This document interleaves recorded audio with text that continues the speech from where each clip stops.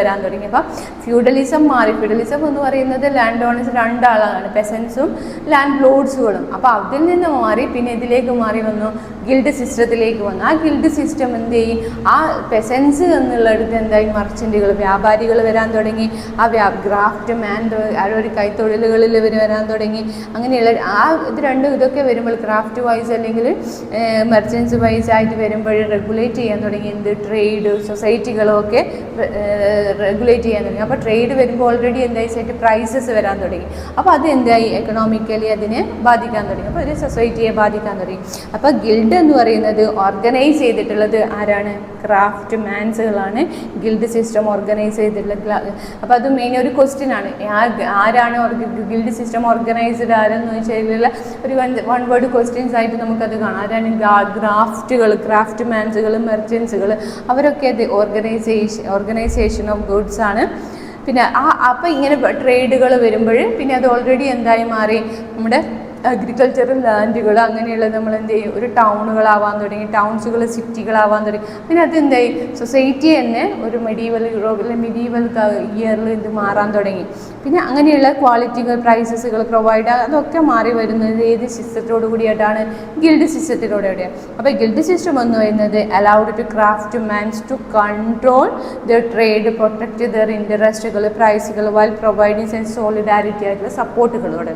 അപ്പോൾ അങ്ങനെ എന്തിലേക്ക് മാറി? അഗ്രികൾച്ചറിൽ നിന്ന് ട്രേഡിലേക്ക് മാറി ഒരു ന്യൂ സൊസൈറ്റിയെ മാറ്റിയെടുക്കാൻ ഗിൽഡ് സിസ്റ്റത്തിന് കഴിഞ്ഞു. ഗ്രോത്ത് ഓഫ് ടൗൺസ്, സിറ്റീസുകൾ വരാൻ തുടങ്ങി. ന്യൂ ക്ലാസ്സസുകൾ അല്ലെങ്കിൽ ന്യൂ സൊസൈറ്റികൾ വരാൻ തുടങ്ങി. ന്യൂ സൊസൈറ്റി എന്ന് പറഞ്ഞാൽ ബൂർഷ്വാസികളായിട്ടുള്ള അങ്ങനെയുള്ള പ്രൈമറി ഇൻവോൾവ്ഡ് ആയിട്ടുള്ള ട്രേഡുകൾ, ട്രേഡ് ആൻഡ് കൊമേഴ്സിന് നമ്മുടെ സൊസൈറ്റി മാറിക്കൊടുത്തു.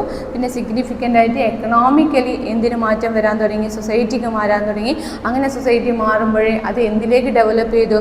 ഒരു മോഡേൺ ക്യാപിറ്റലിസ്റ്റ് എക്കണോമിക് സാധ്യത കൊടുക്കുകയും ചെയ്തു.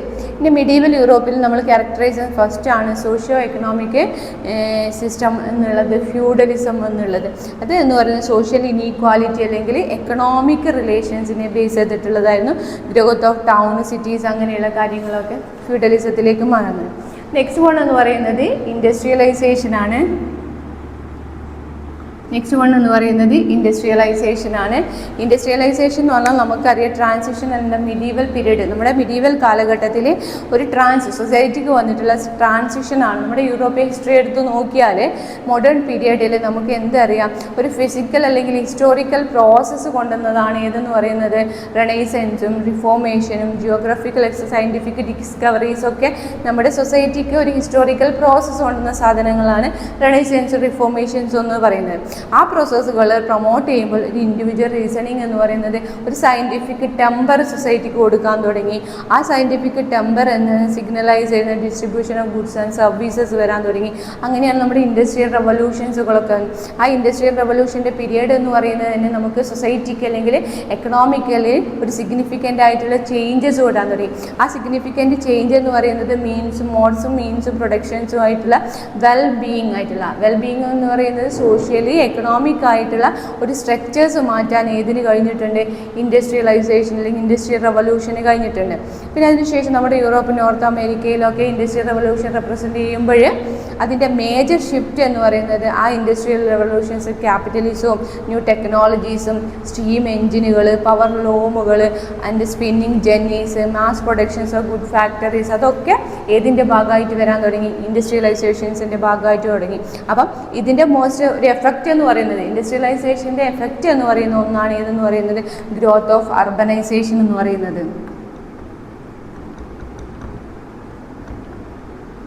ഇതിനെ എഫക്റ്റ് ചെയ്ത ഒന്നാണ്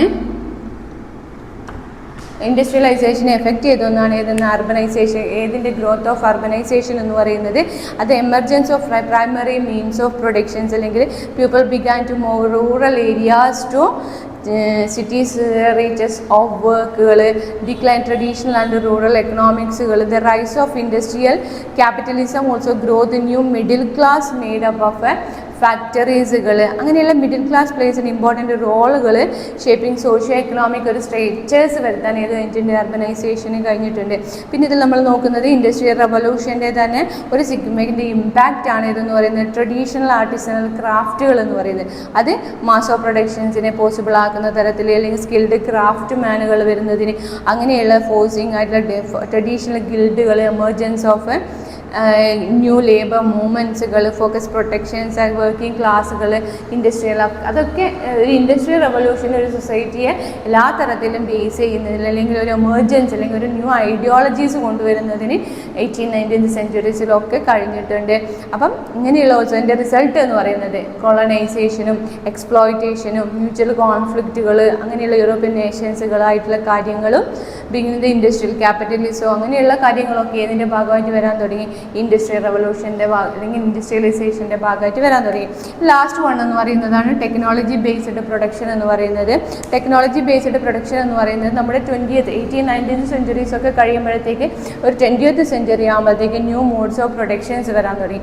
ആ ന്യൂ മോഡ്സ് ഓഫ് പ്രൊഡക്ഷൻ എന്ന് പറയുന്നത് ടെക്നോളജിക്കലി അഡ്വാൻസ്മെൻറ്റിനെയാണ് കാണിക്കുന്നത്. ആ ടെക്നോളജി അഡ്വാൻസ്മെൻറ്റ് എന്ന് പറയുന്നത് ഗ്ലോബലൈസേഷൻസും ചേഞ്ചിങ് ഓഫ് കൺസ്യൂമർ ഡിമാൻഡ്സുകൾ, അങ്ങനെയുള്ള കാര്യങ്ങളൊക്കെ ടെക്നോളജിയെ കൂടുതൽ ഇതാകുന്ന തരത്തിലുള്ള പിന്നെ വരുന്ന കാര്യങ്ങൾ ഏതിൽ വരാൻ തുടങ്ങി, മോഡ്സും മീൻസ് ഓഫ് പ്രൊഡക്ഷൻസിലും വരാൻ തുടങ്ങി. അങ്ങനെയുള്ള അത് വരുമ്പോൾ മേജർ ഷിഫ്റ്റുകൾ, അതായത് കൺസ്യൂമർ ഡിമാൻഡ് ചെയ്യുന്ന നമ്മുടെ സർവീസ് സെക്ടേഴ്സുകൾ, എക്കണോമിക്കൽ ആക്ടിവിറ്റീസുകൾ, അങ്ങനെ അത് തന്നെ എന്ത് ചെയ്യാൻ മാറാൻ തുടങ്ങി. ആ മാറാൻ തുടങ്ങുന്നതിൽ നമ്മുടെ ഗ്രോത്ത് ഓഫ് ഇൻഫോർമേഷൻ ടെക്നോളജി എന്ന് പറയുന്നത് മെയിനായിട്ട് ഘടകമായി മാറി. ആ ഗ്രോത്ത് ഓഫ് ടെക്നോളജി പറയുന്നത് നമ്മുടെ ലൈക്ക് ഇൻക്ലൂഡിങ് കമ്പ്യൂട്ടേഴ്സുകൾ, ഇൻ്റർനെറ്റുകൾ, ട്രാൻസ്ഫോർമേഷൻസുകൾ, ട്രാൻസ്പോർട്ടുകൾ, കമ്മ്യൂണിക്കേഷൻസ്, ഓപ്പറേഷൻ ഫേംസുകൾ, അതൊക്കെ ഇതിൽ വരുന്നതാണ് നമ്മുടെ ന്യൂ ടെക്നോളജി ഓഫ് പ്രൊഡക്ഷൻസിൽ വരുന്നതാണ്.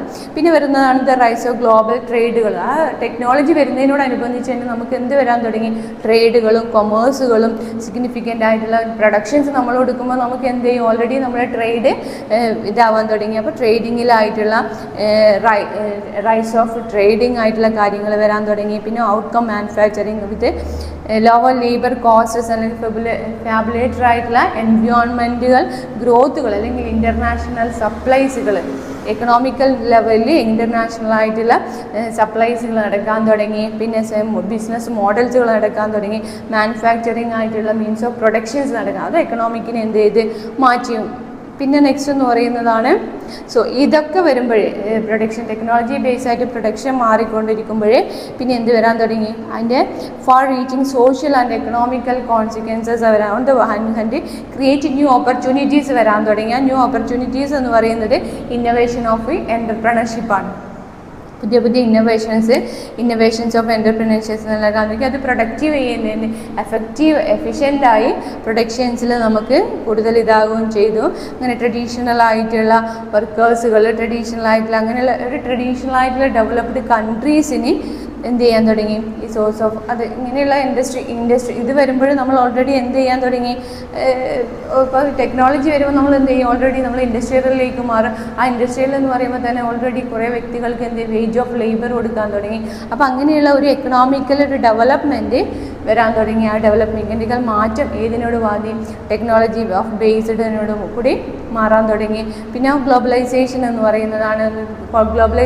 പറയുന്നത് കോൺട്രിബ്യൂട്ടഡ് ഇൻകം ഇനീക്വാലിറ്റിയെ കൊണ്ടുവന്നിട്ടുള്ള ഒരു കാര്യമാണ്. ഗ്ലോബലൈസേഷൻ എന്നതിൽ ഇൻകം ഇനീക്വാലിറ്റി എന്ന് പറയുന്നത് ഹൈ സ്കിൽസിൻ്റെ ജോബ്സുകൾ, സർവീസ് സെക്ടറുകൾ, ലോ സ്കില്ലുകൾ, മാനുഫാക്ചറിങ് ആൻഡ് അഗ്രികൾച്ചറായിട്ടുള്ള അങ്ങനെയുള്ള ആ ഒരു ലെവലിലുള്ള മാറ്റങ്ങളാണ് ഏതെന്ന് പറയുന്നത് ടെക്നോളജി ഓഫ് പ്രൊഡക്ഷൻസ് എന്നതിലുള്ളത്. ഇനിയിപ്പോൾ ഫസ്റ്റ് നമ്മൾ ഇതിൽ നോക്കുന്നതെന്ന് വെച്ചാൽ ക്വസ്റ്റ്യൻ അസൈൻമെൻറ്റുകളുണ്ട്, അത് നോക്കണം. പിന്നെ ഒബ്ജക്റ്റീവ് ടൈപ്പ് ഓഫ് ക്വസ്റ്റ്യൻസുകളാണുള്ളത്. ഒബ്ജക്റ്റീവ് ടൈപ്പ് ക്വസ്റ്റ്യൻസിൽ തന്നെ നമ്മൾ മോഡ് ഓഫ് പ്രൊഡക്ഷൻസ് എന്താണെന്ന് പറഞ്ഞിട്ടുണ്ട്. എന്താ മോഡ് ഓഫ് പ്രൊഡക്ഷൻസ് എന്ന് പറയുന്നത്, സോഷ്യലി എക്കണോമിക്കും ആയിട്ടുള്ള പ്രൊഡക്ഷൻസ്, സോഷ്യലി എക്കണോമിക് പ്രൊഡക്ഷൻസിൽ വരുന്നത്, ഡിസ്ട്രിബ്യൂഷൻസിൽ വരുന്നത്, കൺസെപ്ഷൻസ് ഓഫ് ഗുഡ്സിൽ വരുന്നത്, സർവീസസിൽ വരുന്നത്, അങ്ങനെയുള്ള സൊസൈറ്റിയാണ് എന്തെന്ന് പറയുന്നത് മോഡ്സ് ഓഫ് പ്രൊഡക്ഷൻസ് എന്ന് പറയുന്നത്. അപ്പം സോഷ്യൽ എക്കണോമിക് സിസ്റ്റം. ആ സോഷ്യൽ എക്കണോമിക് സിസ്റ്റം എന്ന് പറയുന്നത് ഗവേൺ ഓഫ് പ്രൊഡക്ഷൻ ആണ്, distribution, consumption, goods and services within the society ആയിട്ടുള്ളതാണ് ഇത് മോഡ്സ് ഓഫ് പ്രൊഡക്ഷൻ എന്ന് പറയുന്നത്. നെക്സ്റ്റ് വൺ എന്ന് പറയുന്നത് മീൻസ് ഓഫ് പ്രൊഡക്ഷൻ ആണ് നമ്മൾ നോക്കിയത്. മീൻസ് ഓഫ് പ്രൊഡക്ഷൻ എന്ന് പറയുന്നത് ഫിസിക്കലാണ്, നോൺ ഹ്യൂമൺ ഇൻപുട്ടുകളാണ്. ആ നോൺ ഹ്യൂമൺ ഇൻപുട്ടുകൾ എന്ന് പറയുന്നത് യൂസ്ഡ് പ്രൊഡക്ഷൻ പ്രോസസ്സ്, നമ്മളെ ടെക്നോളജിയാണ്, റോ മെറ്റീരിയൽസ് ആണ്. ഗുഡ്സ് ആൻഡ് സർവീസസ് എന്ന് പറയുന്നത് നോൺ ഹ്യൂമൺ ആയിട്ടുള്ള ടെക്നോളജി വൈസ് ആയിട്ടുള്ള കാര്യങ്ങളാണ്. പിന്നെ നമ്മൾ നോക്കിയതാണ് മോഡ് ഓഫ് പ്രൊഡക്ഷനെ അസോസിയേറ്റ് ചെയ്യുന്നത് ഡെവലപ്മെൻറ്റ്, അഗ്രികൾച്ചറിനെ ഡെവലപ്മെൻറ്റ് ചെയ്യുന്ന ഒന്നാണ് ഏതെന്ന് പറയുന്നത് അഗ്രേറിയൻ മോഡ് ഓഫ് പ്രൊഡക്ഷൻ എന്ന് പറയുന്നത്. പിന്നെ നമ്മളത് ജസ്റ്റ് നോക്കിയതാണ് ഇൻഡസ്ട്രിയലൈസേഷൻ അല്ലെങ്കിൽ ഗിൽഡ് സിസ്റ്റം. നമ്മൾ പ്രൊഡക്ഷൻ ഓഫ് മോഡ് ഓഫ് പ്രൊഡക്ഷനിൽ ഗിൽഡ് സിസ്റ്റം എന്തിലേക്കാണ് നയിക്കുന്നത്? ഗിൽഡ് സിസ്റ്റം എന്തിലേക്കാണ് നയിക്കുന്നത്? ഗ്രാഫ്റ്റ് മാൻസിലേക്കാണ് നയിക്കുന്നത്. പിന്നെ നെക്സ്റ്റ് എന്ന് പറയുന്നതാണ് ഇത് ഇൻഡസ്ട്രിയലൈസേഷൻ ലീഡ് ചെയ്യുന്നത് ഏതിലേക്കാണ്? അർബനൈസേഷനിലേക്കാണ് ലീഡ് ചെയ്യുന്നത്.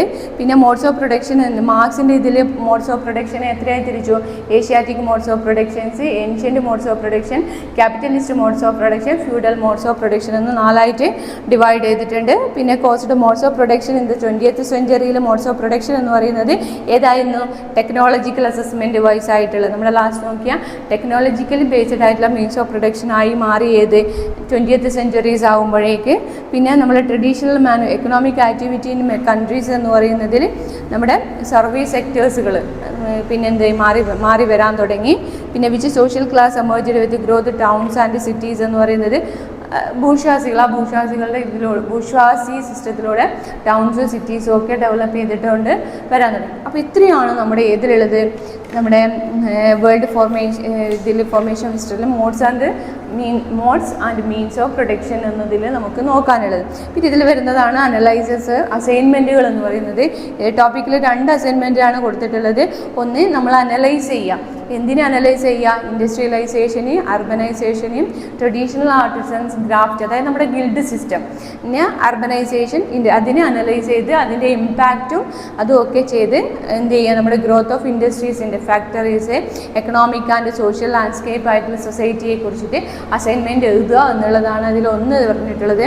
സെക്കൻഡ് വൺ എന്ന് പറയുന്നത് നമ്മുടെ മോഡ്സ് ഓഫ് പ്രൊഡക്ഷൻസ് ഉണ്ട്. ആ modes of productions about the technological advancement, അതായത് ടെക്നോളജിക്കൽ അഡ്വാൻസ്മെൻറ്റ് എന്ന് പറയുമ്പോൾ നമ്മൾ 20th സെഞ്ച്വറി വരെ പറഞ്ഞിട്ടുള്ളത്. ആ 20th സെഞ്ച്വറി വരെ ഉള്ളത്. പിന്നെ ഗ്ലോബലൈസേഷൻസ്, ചേഞ്ചിങ് കൺസ്യൂമർ ഡിമാൻഡ്സുകൾ 20th സെഞ്ച്വറിയിൽ. ആ 20th സെഞ്ച്വറിയിലെ ടെക്നോളജി വൈസ് ആയിട്ടുള്ള കാര്യങ്ങളെ നമ്മൾ എന്ത് ചെയ്യുക? അസസ് ചെയ്തിട്ടുള്ള പിന്നെ അസൈൻമെൻറ്റാണ്. ഇൻവെസ്റ്റിഗേറ്റ് ആയിട്ടുള്ള ചേഞ്ചസ് എന്തൊക്കെയാണ് വരുത്തിയിട്ടുള്ളത്, മോഡ്സ് ഓഫ് പ്രൊഡക്ഷൻസിൽ വരുത്തിയിട്ടുള്ളത് നോക്കുക. പിന്നെ അതിൻ്റെ എക്സാമിൻ്റെ റൈസ് ഓഫ് സർവീസ് സെക്ടറിൽ അഗ്രേറിയനിൽ നിന്ന് ബൂർഷ്വാ, ഗിൽഡ് സിസ്റ്റം, ഫ്യൂഡലിസം അങ്ങനെയുള്ള ആ ട്രാൻസ്ഫോർമേഷൻസ് ഇപ്പോഴത്തെ നിലവിലുള്ള ട്രേഡിൻ്റെ ട്രാൻസ്പോർട്ടേഷൻ, കമ്മ്യൂണിക്കേഷൻ, ബിസിനസ് ആയിട്ടുള്ള ഓപ്പറേഷൻസ് അതുവരെ ഉള്ളതിനെ നമ്മൾ എന്ത് ചെയ്യുക? കാറ്റഗറൈസ് ചെയ്ത് അല്ലെങ്കിൽ അനലൈസ് ചെയ്തിട്ട് ചെയ്യുക എന്നുള്ള 2 ടോപ്പിക് അസൈൻമെൻറ്റുകളാണ് ഇതിൽ കൊടുത്തിട്ടുള്ളത്. അപ്പോൾ ഇതൊന്ന് ജസ്റ്റ് ഒന്ന് നോക്കുക. എന്നിട്ട് ഇതിൽ തന്നെ നമുക്ക് എന്ത് ചെയ്യുക? അസൈൻമെൻറ്റിനെയും ഇതിനെയൊക്കെ ഉള്ള കാര്യങ്ങൾ എഴുതിയിട്ടുണ്ട്. ഓക്കെ.